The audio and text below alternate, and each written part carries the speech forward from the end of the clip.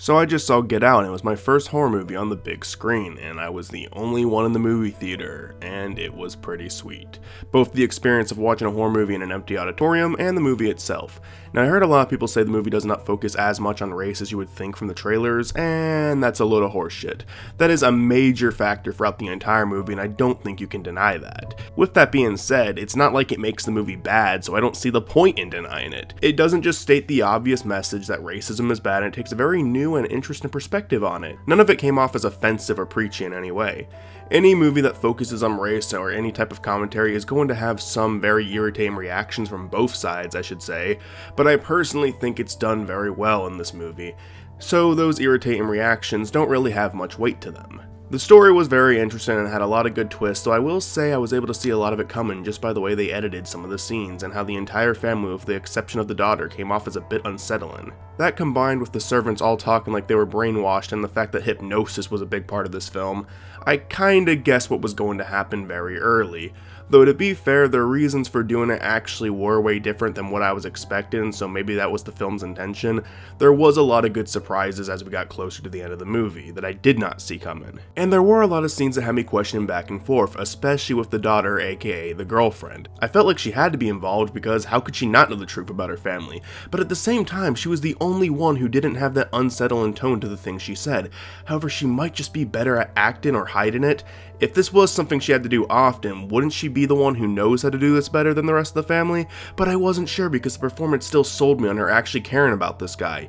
Even when we saw picture proof that she's done this before, I still had to question it because of the hypnotizing. What if they're just using it on her? What if they're just making her forget things? I don't really know if they ever state the hypnosis can do that or not, but we really don't have a clear understanding what it can and can't do. So the conclusion that we came to with this character still managed to shock me despite all the evidence and hints, and that is very good storytelling and very good character build-up. The family was very interesting and was the main source of horror in this film, but our main character was also kind of a fucking badass, really. They had a lot of depth to him with his backstory, and his escape scene had me out of my fucking seat, which was okay. I was the only one in the theater. Lots of perks to that, really. I even liked the comic relief. A little bit out of tone with the rest of the movie, but still in a realistic way. I think we all know people similar to this guy, and he is a good comic relief that actually is put to use. He has some funny lines in there. The visuals of this film were outstanding. There was a lot of unique shots, there was a lot of unique special effects and visuals that I've never seen done in other films, and it had its own unique style throughout the entire film.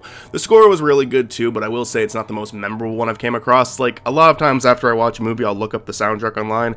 Get Out, I didn't really have me doing that, but it was still very good and it fit the film well. Were there any issues in this movie? Well, there were some stupid jump scares. A jump scare that's done with realism is totally acceptable in my book. There's one where they run over a deer, and that one works because it's something that could happen in real life, and it's something that would make you jump in real life, maybe even scare the shit out of you when it happened. So it worked well as a jump here.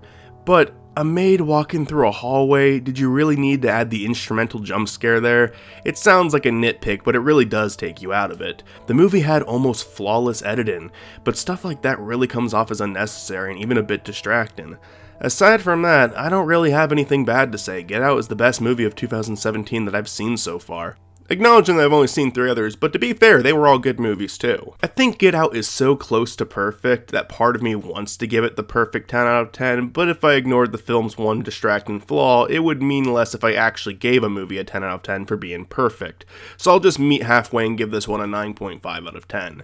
I think most people would agree that some of the jump scares are stupid, and again, only some of them, but if that's really your movie's biggest problem, then you know you have something great. I'm glad I saw it before it was taken out of theaters, and I'm looking forward to checking it out once again when it's on DVD.